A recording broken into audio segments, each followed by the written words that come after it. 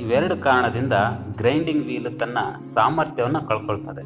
ಅಂದರೆ ಎಫಿಷಿಯನ್ಸಿ ಏನಾಗುತ್ತೆ, ಕಡಿಮೆ ಆಗ್ತದೆ. ಇದಕ್ಕೆ ಪರಿಹಾರ ಏನು ಅನ್ನೋದನ್ನ ತಿಳ್ಕೊಳ್ಳೋಕ್ಕಿಂತ ಮುಂಚೆ ಲೋಡಿಂಗ್ ಮತ್ತು ಗ್ಲೇಜಿಂಗ್ ಅನ್ನೋದ್ರ ಬಗ್ಗೆ ತಿಳ್ಕೊಳ್ಳೋಣ.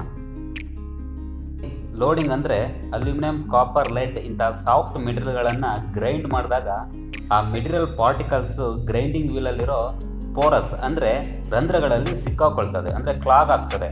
ಈ ಕಂಡೀಷನ್ನ ಲೋಡಿಂಗ್ ಅಂತ ಕರೀತಾರೆ. ಗ್ಲೇಜಿಂಗ್ ಅಂದರೆ ನಾವು ಗ್ರೈಂಡಿಂಗ್ ವೀಲ್ನ ತುಂಬ ದಿನಗಳ ಕಾಲ ಯೂಸ್ ಮಾಡಿದಾಗ, ಅಂದರೆ ಲಾಂಗ್ ಟರ್ಮ್ ಬಳಸಿದಾಗ ಆ ಗ್ರೈಂಡಿಂಗ್ ವೀಲಿನ ಸರ್ಫೇಸ್ ಸ್ಮೂತ್ ಆಗುತ್ತೆ ಮತ್ತು ಶೈನಿಂಗ್ ಅಪಿರಿಯನ್ಸ್ ಬರುತ್ತೆ. ಇದನ್ನು ಗ್ಲೇಜಿಂಗ್ ಅಂತ ಕರೀತಾರೆ. ಇದು ಏನು ಸೂಚಿಸುತ್ತೆ ಅಂದರೆ ಗ್ರೈಂಡಿಂಗ್ ವೀಲ್ ಬ್ಲಂಟ್ ಆಗಿದೆ, ಅಂದರೆ ಅಬ್ರೆಸಿವ್ ಗ್ರೈನ್ಸು ತನ್ನ ಶಾರ್ಪ್ನೆಸ್ನ ಕಳ್ಕೊಂಡಿದೆ ಅನ್ನೋದನ್ನು ಸೂಚಿಸುತ್ತೆ. ಇಂತಹ ವೀಲ್ನ ಬಳಸಿದಾಗ, ಅಂದರೆ ಲೋಡಿಂಗ್ ಮತ್ತು ಗ್ಲೇಜಿಂಗ್ ಆಗಿರೋ ವೀಲ್ನ ಬಳಸಿದಾಗ ನಾವು ಮಿಡಲ್ನ ಕಟ್ ಮಾಡಲಿಕ್ಕೆ ಎಕ್ಸ್ಟ್ರಾ ಪ್ರೆಸರ್ನ ಹಾಕಬೇಕಾಗುತ್ತೆ, ಅಂದರೆ ಎಕ್ಸೆಸಿವ್ ಪ್ರೆಸರ್ನ ಹಾಕಬೇಕಾಗುತ್ತೆ.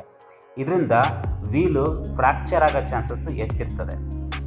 ಮತ್ತು ಎಕ್ಸೆಸಿವ್ ಹೀಟ್ ಆಗೋದ್ರಿಂದ ಈ ಗ್ರೈಂಡಿಂಗ್ ವೀಲಿನ ಬಾಂಡ್ ಏನಾಗುತ್ತೆ, ವೀಕ್ ಆಗ್ತದೆ. ಇದರಿಂದ ವೀಲು ಬರ್ಸ್ಟ್ ಆಗೋ ಚಾನ್ಸಸ್ ಹೆಚ್ಚಿರ್ತದೆ.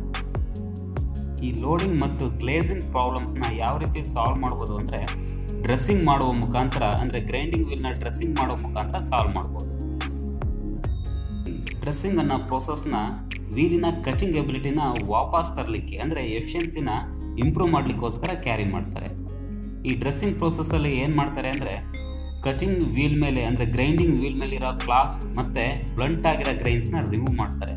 ಇದರಿಂದ ಹೊಸ ಶಾರ್ಪ್ ಅಬ್ರೆಸಿವ್ ಗ್ರೈನ್ಸ್ ಎಕ್ಸ್ಪೋಸ್ ಆಗುತ್ತೆ. ಇದರಿಂದ ಮೆಟಲ್ ಕಟಿಂಗ್ ಎಬಿಲಿಟಿ ತುಂಬ ಜಾಸ್ತಿ ಆಗುತ್ತೆ.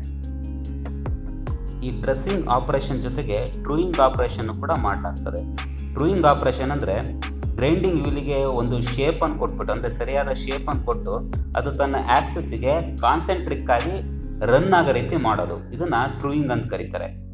ಇದು ಸಾಮಾನ್ಯ ಯಾವಾಗ ಮಾಡ್ತಾರೆ ಅಂದರೆ ನಾವು ಹೊಸ ವೀಲ್ನ ಮೌಂಟ್ ಮಾಡಬೇಕಾದ್ರೆ ಹೊಸ ವೀಲ್ ಎಸೆಂಟ್ರಿಕ್ ಆಗಿರ್ತದೆ, ಅಂದರೆ ಆಕ್ಸಿಸ್ಸಿಗೆ ಕಾನ್ಸೆಂಟ್ರಿಕ್ ಆಗಿರಲ್ಲ, ಅಂಥವನ್ನ ಟ್ರೂಯಿಂಗ್ ಮಾಡ್ತಾರೆ. ಮತ್ತು ವೀಲ್ನ ಲಾಂಗ್ ಟರ್ಮ್ ಬಳಸಿದಾಗ ಮತ್ತು ಅನ್ಇವನ್ ಲೋಡಿಂಗಿಂದ ಏನಾಗ್ತದೆ, ವೀಲ್ ತನ್ನ ಬ್ಯಾಲೆನ್ಸ್ನ ಕಳ್ಕೊಳ್ತದೆ, ಅಂದರೆ ತನ್ನ ಶೇಪ್ನ ಕಳ್ಕೊಳ್ತದೆ. ಅವಾಗ ಕಾನ್ಸೆಂಟ್ರಿಕ್ ಆಗಿ ರನ್ ಆಗಲ್ಲ. ಅಂಥ ಟೈಮಲ್ಲಿ ಏನು ಮಾಡ್ತಾರೆ, ಈ ಟ್ರೂಯಿಂಗ್ನ ಮಾಡ್ತಾರೆ.